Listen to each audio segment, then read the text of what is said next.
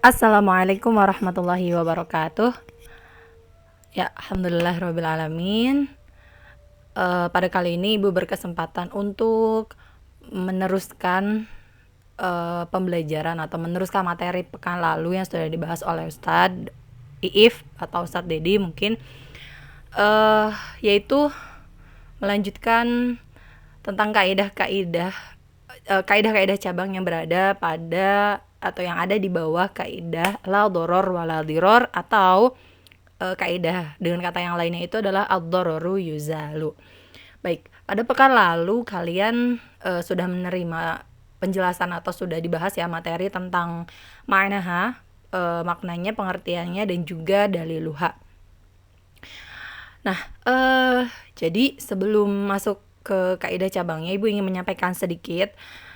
Jadi untuk kaidah yang keempat ini dengan kaidah yang ketiga, yang mana kita sudah mempelajari 4 kaidah ya. Kaidah yang pertama itu adalah al-umur bimaqasidiha, kemudian yang kedua adalah al-yaqin la yazulu bisyak, kemudian yang ketiganya itu adalah al-masyaqqatu tajlibu taisir, dan yang keempatnya itu adalah la doror wala diror atau ad-dararu yuzalu. Nah, untuk kaidah yang keempat ini, kaidah ini tuh memiliki sudut pandang yang sedikit mirip sama kaidah yang ketiga, yaitu at-tajlibu at-taisir. Yang mana kaidah ad-dararu yuzal ini kan berkaitan sama kemaudorotan atau bahaya yang terjadi, yang terdapat di antara hamba, di antara para ibad, di mana kemudorotan ini atau bahaya, kesulitan dan yang sejenisnya itu sebisa mungkin harus dihilangkan di antara para hambanya Allah.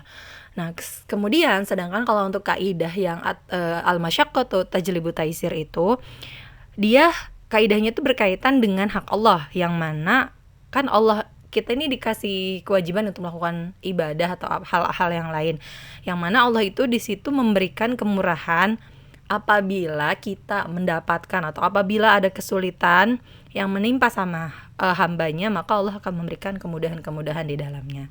Jadi ini ada kaitannya. Oleh karena itu, kemarin di kaidah cabang yang al-masyaqqatu tajlibu taisir, di situ ada ad-daruratu tubihul mahzurat ya. Nah, kaidah cabang ini, jadi kan yang namanya setiap pembuat buku atau penulis buku itu dia juga berguru, gurunya juga kan mungkin masing-masing berbeda. Jadi nanti kalau misalnya nanti ini kalian sudah belajar lebih tinggi lagi atau mungkin mengikuti pengajian atau dengan ustadz yang lain, kemudian ustadz itu mengatakan bahwasannya kaidah cabang yang ad-daruratu tubihul mahzurat itu berada di kaidah yang keempat, di ad-darar yuzal atau la darar wal dirar. Tapi ternyata kemudian misalnya ada di kitab lain yang mengatakan bahwasannya kaidah cabang yang tadi itu ada di al-masyaqqatu tajlibu taisir. Maka kalian jangan bingung ya, karena tadi Ibu bilang untuk kaidah yang ketiga dan yang keempat ini dia memiliki kemiripan dari segi sudut pandangnya. Ya, oke, baik. Langsung saja kita masuk ke al-qawaidu al-mundarijatu tahta qaidatul la darar wala dirar. Kaidah-kaidah atau kaidah cabang yang berada di bawah kaidah la darar wala dirar. Yang pertama ada al-dararu yuzalu. Bahaya itu harus dihilangkan. Contohnya, misal al-hijru, atau mungkin di sini ada al-hajru alal muflis. Kalau kalian dengar kata hijarah atau hajar, itu kan artinya apa? Batu ya. Alal muflis, atas. Muflis itu artinya orang yang memiliki orang yang bangkrut atau orang yang kekayaannya itu tidak sebanyak hutangnya, atau orang yang nggak punya uang. Banyak sih artiannya. Tapi untuk arti dari contoh di sini itu adalah mencegah aliran uang kepada orang yang tidak bisa mengelola uang, atau arti lainnya sama juga, yaitu mencegah aliran uang kepada orang yang bangkrut. Karena kalau kita lihat misalnya, kalau kita mengalirkan dana sama orang yang gak punya uang atau sama orang yang bangkrut, itu akan menimbulkan suatu bahaya selanjutnya. Nanti dia nggak akan bisa bayar dan juga bisa membahayakan yang mengalirkan si dana itu, yang mengalirkan uang itu. Bisa jadi dia butuh tapi ternyata orang itu nggak bisa bayar gitu. Di rujukan lain itu arti muflis ya. Muflis itu adalah orang yang kekayaan hartanya itu tidak cukup untuk melunasi hutangnya. Jadi dengan kata lain ya jumlah hutangnya lebih besar daripada harta kekayaan yang dia miliki, gitu. Sebenarnya arti kata al-hajr itu ada juga ya. Dulu ada Rasulullah ada hadis yang mana Rasulullah itu dulu jadi ada hadis diriwayatkan bahwasanya Nabi Shallallahu Alaihi Wasallam pernah membekukan tasarufnya Muaz. Tasaruf di sini tuh kayak keuangannya Muaz. Jadi pernah dibekukan. Nah, maka arti kata hajar ini berarti nggak beda jauh dari kata hijarah ya. Batu itu kan keras gitu. Jadi kayak membekukan atau ya tidak gitu ya. Jangan mengalirkan atau tidak mengalirkan dana atau uang terhadap orang yang tidak bisa mengelola keuangan atau dia bangkrut gitu. Kemudian kaidah yang selanjutnya itu yang kedua adalah ad-dararu yudfa'u biqadaril imkan. Kemudaratan, bahaya itu dihilangkan dengan sebisa mungkin, dengan kemampuan kita. Jadi sebisa mungkin sesuai kemampuan kita. Misal di sini contohnya itu adalah man wajada mata'uhu 'inda man aflasa.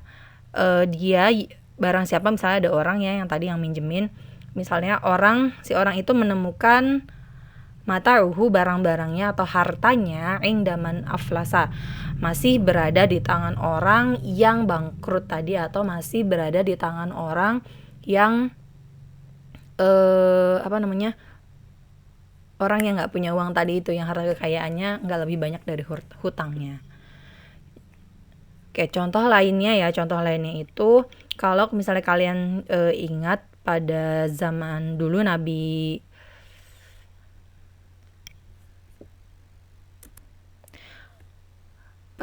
waktu itu Nabi Yusuf.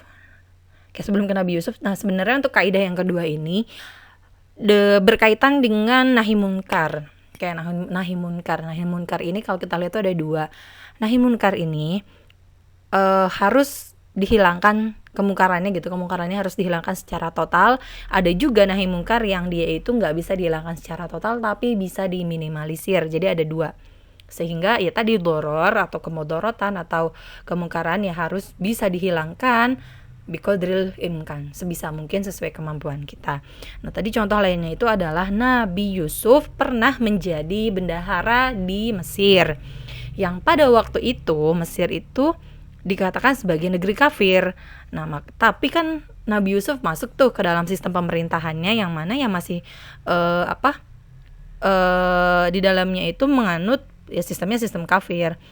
Tapi ya tadi itu tujuannya untuk mengurangi kemudorotan negeri, walaupun tidak seluruhnya akan hilang kayak gitu. Nah, mungkin pada zaman sekarang juga kan banyak orang-orang yang masuk ke dalam lembaga-lembaga pelayanan atau ke sistem pemerintahan yang mana mungkin sistem pemerintahannya masih menganut kapitalis atau mungkin sekuler atau mungkin bahkan ya di dalamnya itu banyak kezaliman. Maka bisa jadi tujuannya salah satunya adalah untuk mengurangi doror ini, bahaya ini atau kemungkaran yang ada di dalamnya gitu. Itu contoh dari yang ad-doror yudfa biqadril imkan. Kemudian yang ketiga, ad-dororu la yuzalu bimislihi. Kemudorotan atau bahaya itu tidak bisa dihilangkan dengan kemudorotan yang serupa, atau maksudnya di sini kemudorotan tidak dihilangkan dengan memunculkan kemudorotan yang semisalnya. Jadi nggak bisa tuh bahaya diganti sama bahaya yang semisal.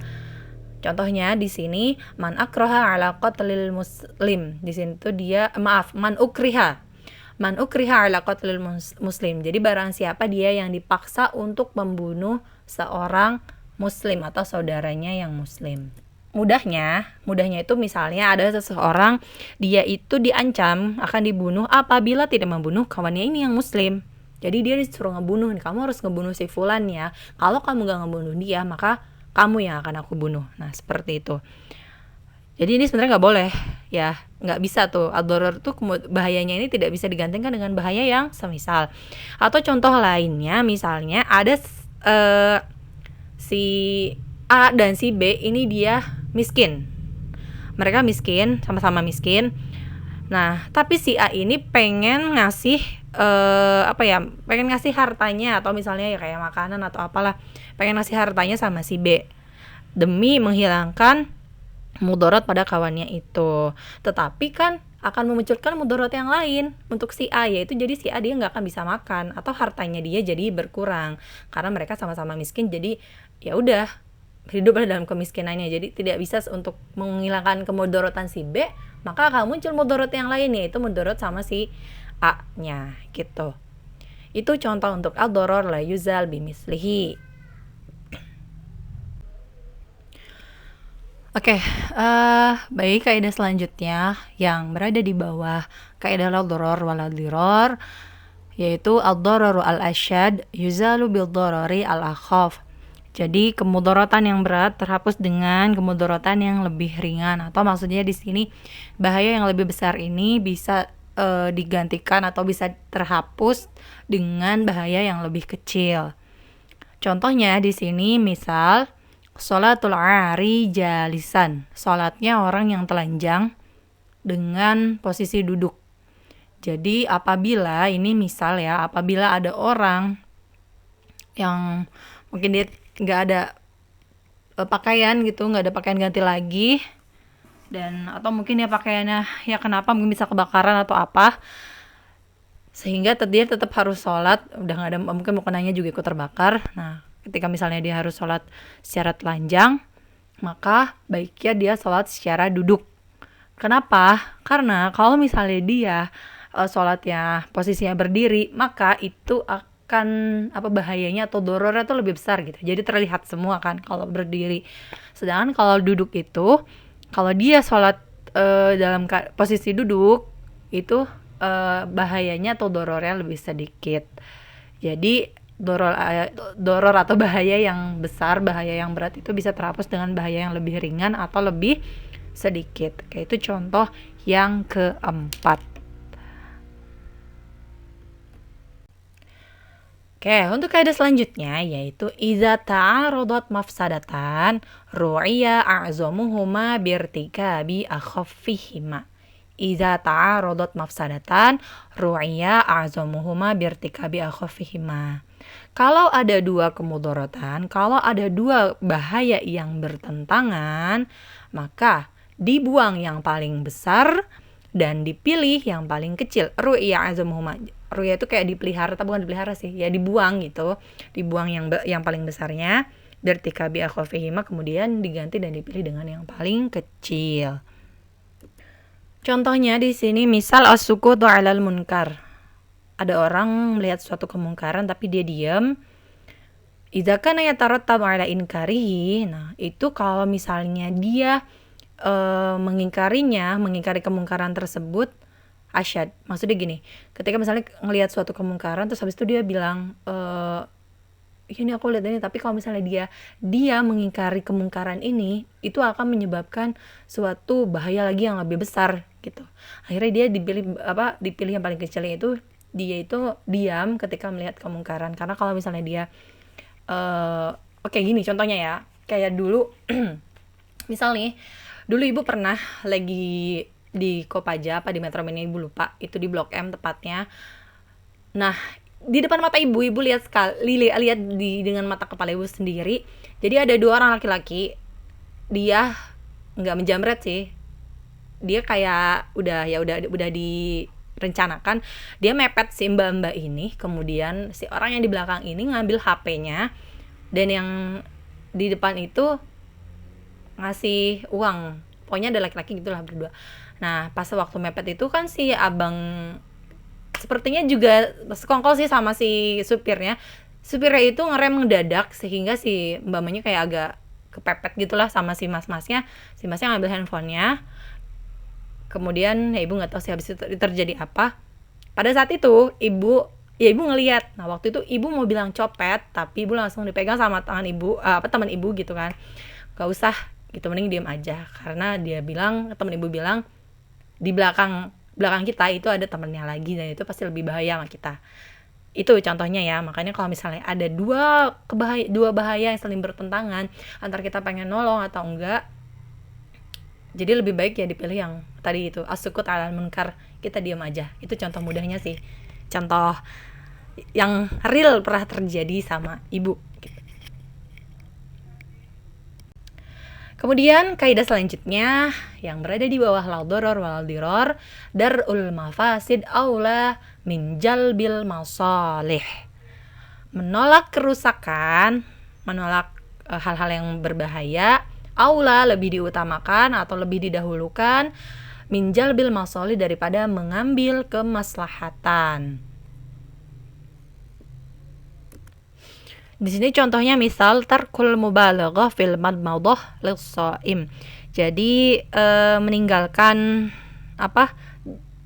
tidak berlebih-lebihan ketika dia madmadah. Jadi namanya berkumur dan menghisap air ke dalam hidung ketika berwudu itu kan merupakan sesuatu yang disunahkan.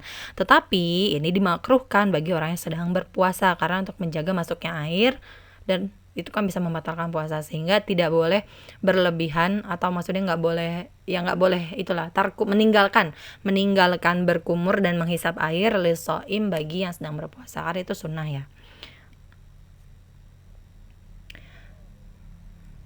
Kemudian yang ketujuh, yuhtamalu ad-dararu al-khas li daf'i ad-dararil 'am. Yutahammalu ad-dararu al-khas li daf'i ad-darari al-'am. Mengambil bahaya yang khusus untuk menolak bahaya yang umum.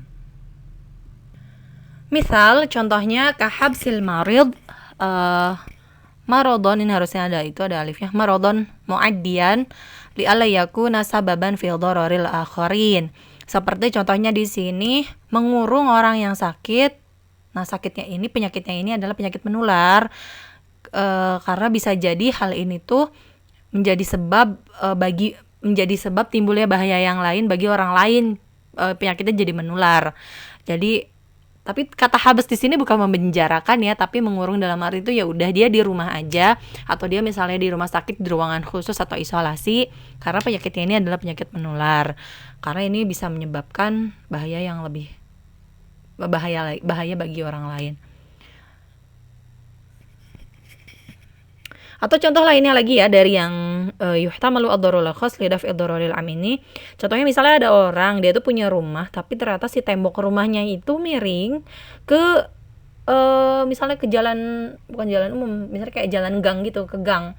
Ternyata tembok rumahnya itu miring. Nah, maka ya para masyarakat di situ bisa mengadukan sama pemerintahan, kayak misalnya mungkin kepala sama RT-nya atau mungkin kepala desa, bilang nanti si orang ini ya memang harus mau nggak mau harus merenovnya lagi supaya si temboknya nggak miring, karena itu membahayakan orang lain gitu. Itu contoh lainnya dari yang kaidah cabang ketujuh, yatahammalu ad-darar al-khas li daf'i ad-darari al-'am.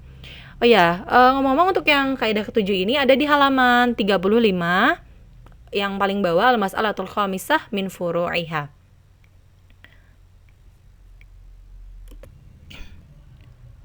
Kemudian untuk yang terakhir ini di halaman 35 paling bawah, yukhtaru ahwanu syarrain. Jadi memilih hal yang lebih yang paling rendah syarron. Syar itu kan keburukannya, bahayanya. Jadi dipilih yang sebenarnya sama sih kayak yang tadi, cuman ini agak beda sedikit, yang yang bertiga bi akhafihima. Jadi dipilih yang paling rendah. Nah, kalau di sini itu dipilih paling rendah bahayanya. Contohnya kal hajri 'ala safih hifadzan limalihi wa li huquqin nas. Jadi membekukan sekali lagi harta ya. Jadi hartanya ini tidak dialirkan atau dibekukan kepada orang yang safih, itu artinya bodoh, tapi mungkin di situ dia kayak belum pintar mengelola uang. Jadi si uangnya itu dibekukan dulu. Hifadzan limalihi, untuk menjaga hartanya, wali huquqinas, dan menjaga hak-haknya manusia. Contohnya sih kayak kalau misalnya, nggak tahu ya kalau di Indonesia, mungkin sama sih, di Indonesia kan kayak misalnya dia punya tabungan anak, itu biasanya anak yang usianya belum 17 tahun nggak bisa ngambil uang itu sendiri, melainkan harus didampingi oleh orang tuanya. Jadi gitu maksudnya. Sampai safih ini artinya bodoh tuh ya, dia nggak pintar mengelola uang, sehingga nanti ketika dia sudah balik dan rasyid, udah pintar, barulah dia diserahkan gitu. Oke, baik. Alhamdulillahirabbil alamin. Itulah kaidah-kaidah yang kaidah-kaidah cabang yang berada di bawah la dharar wala dhirar atau ad-dhararu yuzal. Sebenarnya totalnya mungkin ada 3, 6, 9, tapi di sini 8 karena yang satunya sudah ada ya dibahas. Syukron ala husni ihtimaminkum jami'an, dan jangan lupa dikerjakan tes pemahamannya. Juga kalau misalnya ada hal-hal yang belum dipahami, silahkan menghubungi ustadz masing-masing, atau mungkin bagi yang akhwat semuanya barangkali mau tanya ke ibu langsung juga boleh, nggak mesti ipa akhwat aja. Thayyib, wassalamualaikum warahmatullahi wabarakatuh.